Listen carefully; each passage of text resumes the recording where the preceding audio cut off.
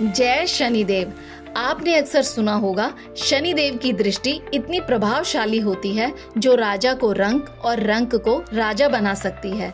इसके बारे में आपको आज विस्तार से बताएंगे।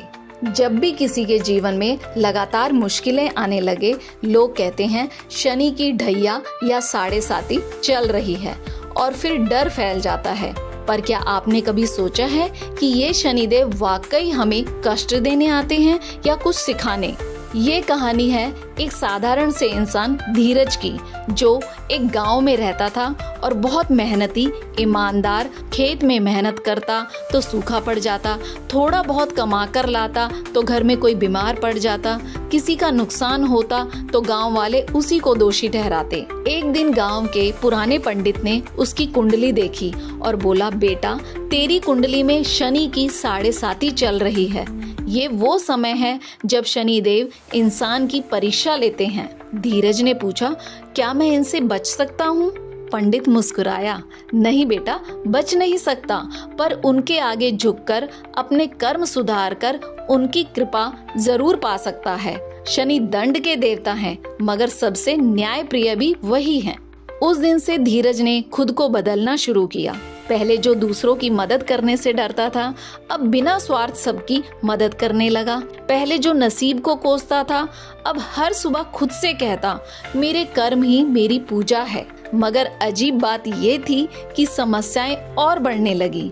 बीवी ने एक दिन तंग आकर कहा, तुम्हारे अच्छे कर्मों का क्या फायदा जब भगवान ही नाराज हैं? धीरज बस मुस्कुराया और बोला, अगर मैं आज भी सही राह से हट गया तो फिर मैंने कुछ सीखा ही नहीं। कुछ ही महीनों बाद गांव में बाढ़ आ गई। चारों तरफ पानी ही पानी। लोग डर के मारे घर छोड़कर भागने लगे, लेकिन धीरज रुका। उसने अकेले बच्चों, बुजुर्गों और बीमारों को सुरक्षित स्थान तक पहुंचाया। जब हालात शांत हुए तो पूरा गांव उसके सामने सिर झुकाकर खड़ा था। प्रधान ने उसका हाथ पकड़कर कहा, धीरज, तू नहीं होता तो हम में से कई जिंदा ना रहते।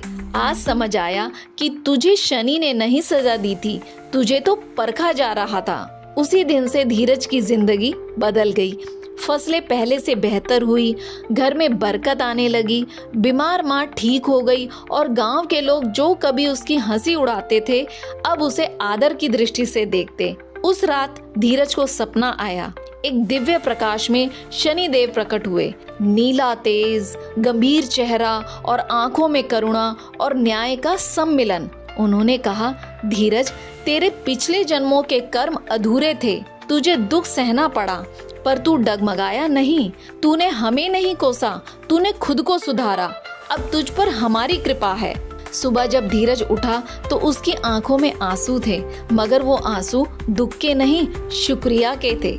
उसे समझ में आ गया था, शनिदेव ना तो सिर्फ दंड देने वाले हैं और ना ही बिना कर्म के कृपा करने वाले।